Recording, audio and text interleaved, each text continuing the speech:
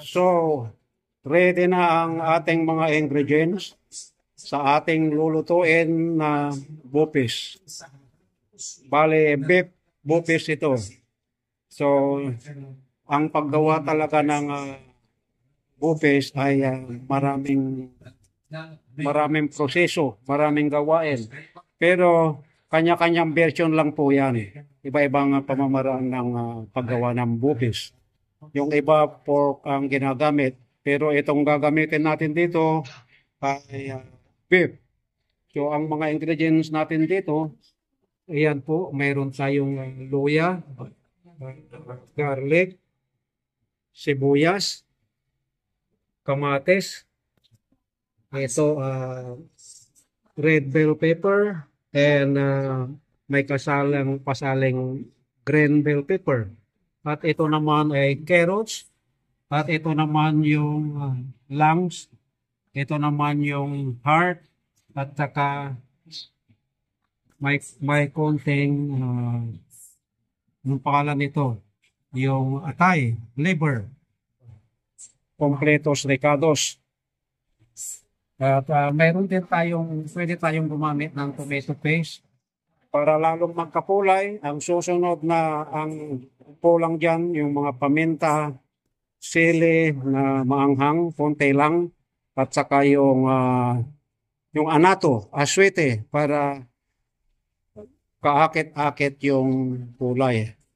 So, uumpisahan na ang pagluluto. Ang magluluto nga pala ay si Mrs. hindi ako, kasi gusto niyang siya ang magluto. So, abangan ang pagluluto in few minutes.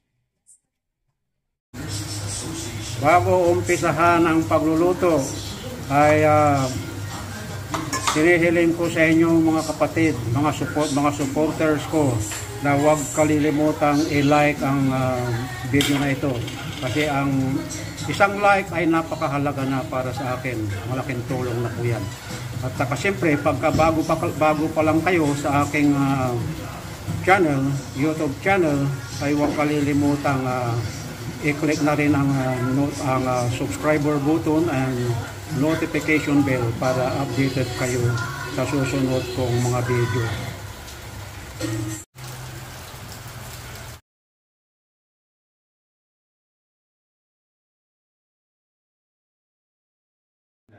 Iyan yung anato, aswete, pinakuluan ng konti sa mantika.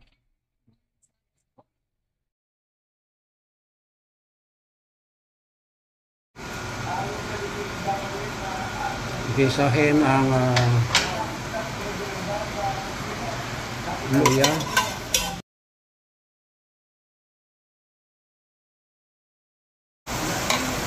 Sunod, sibuyas. Bawang.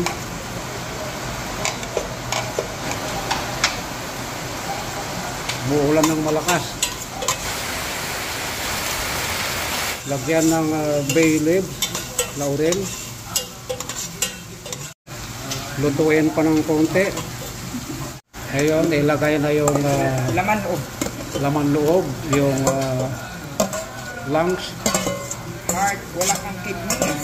Dapat may kidney. Instead na atay, dapat kidney.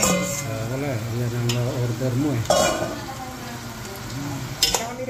Halu-haluin para lumambot siya. Unti-unting palalambutin po yan. So, we'll see how many minutes or hour bago maluto. Kasi depende yan kasi sa edad ng beef.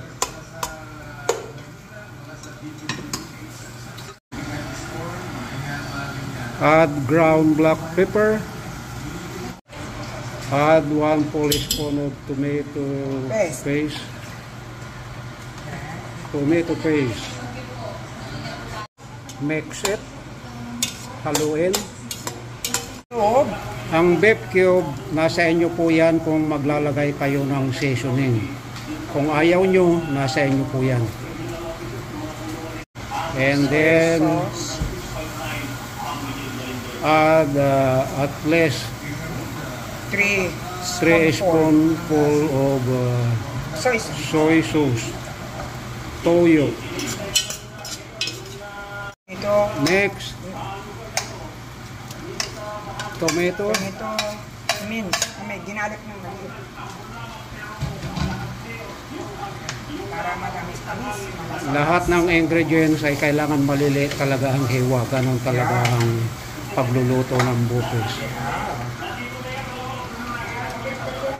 Dry na sa haluin uli. Sa kalalagyan ng tubig. And then takpan. Lutuin for hayaang kumulo for a couple minutes.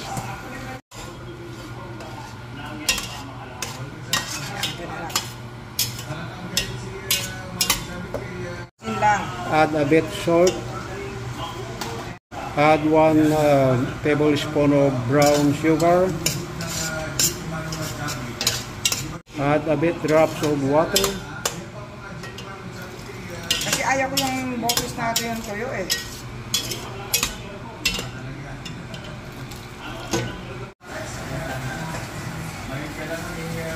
Takpan natin and simmer until tender.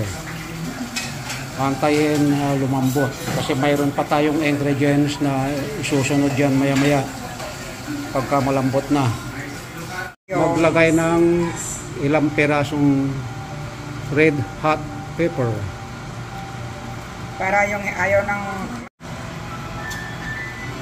ulit. Hayaan lang na maluto bago yung iba pang ingredients.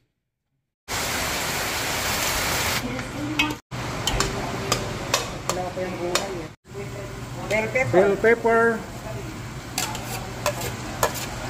green and red bell pepper. Matay mamaya. Pwede na siguro no, halo ko atay. Ting akin na nga tubig peng kasi ayaw ko yung tuyo eh. Add a bit drops of water kasi mahirap naman yung tuyo-tuyo.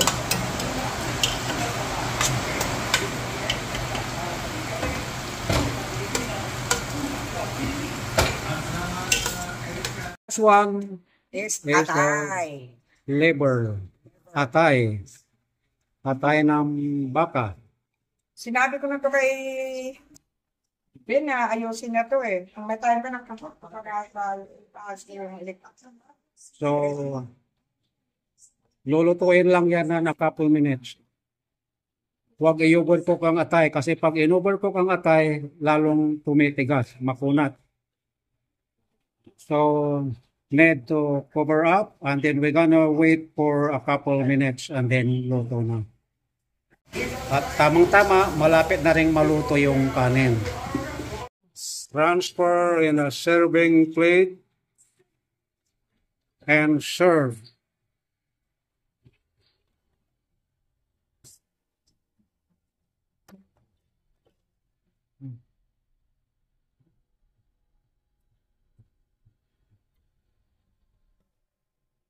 Ayan, luto na. Kakain na.